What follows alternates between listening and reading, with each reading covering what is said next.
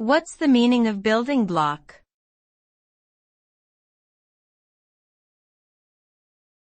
Building block.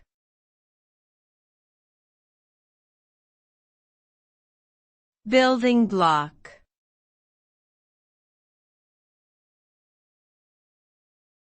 Building block.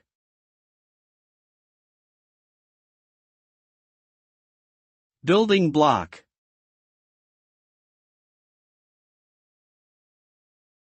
The term building block refers to any fundamental component or module that is used as a foundation for constructing a larger, more complex structure.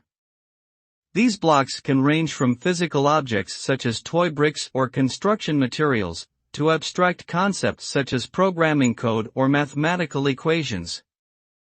In essence, building blocks are the basic units that are combined in order to create something more advanced or sophisticated.